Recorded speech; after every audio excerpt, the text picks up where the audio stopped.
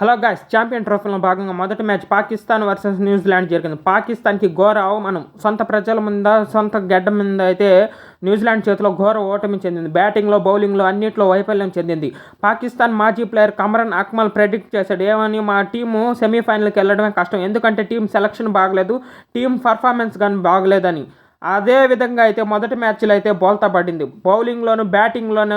మరి బ్యాటింగ్లో అయితే బాబర్ అజమ్ స్టార్ ప్లేయర్. ఇతనైతే జిడ్డాట అనేది ఆడాడు. 90 బాల్స్లో 64 పరుగులు చేశాడు. 320 చేజింగ్ చేసేటప్పుడు ఎక్కడ పాకిస్తాన్ చేజింగ్ చేసేదానికి సుముఖంగా చూపించలేదు, జస్ట్ డాటింగ్ ఆడింది అంతే. అలాగే న్యూజిలాండ్ బ్యాటర్స్ అయితే దుమ్ము దొంచేశారు. పాకిస్తాన్ని విల్ యంగ్, తర్వాత టామ్ లథమ్, గ్లెన్ ఫిలిప్స్ వీళ్ళైతే దాడితో 320 పరుగులను అయితే అలవోకగా దాటింది న్యూజిలాండ్. అలాగే బౌలింగ్లో అయితే అదరగొట్టేశారు. మ్యాట్ హెన్రీ, తర్వాత ఓమ్ రాక్ అయితే వీళ్ళైతే అదరగొట్టేశారు. ఇండియాతో ఓడితే పాకిస్తాన్ ఛాంపియన్ ట్రోఫీ నుంచి అవుట్.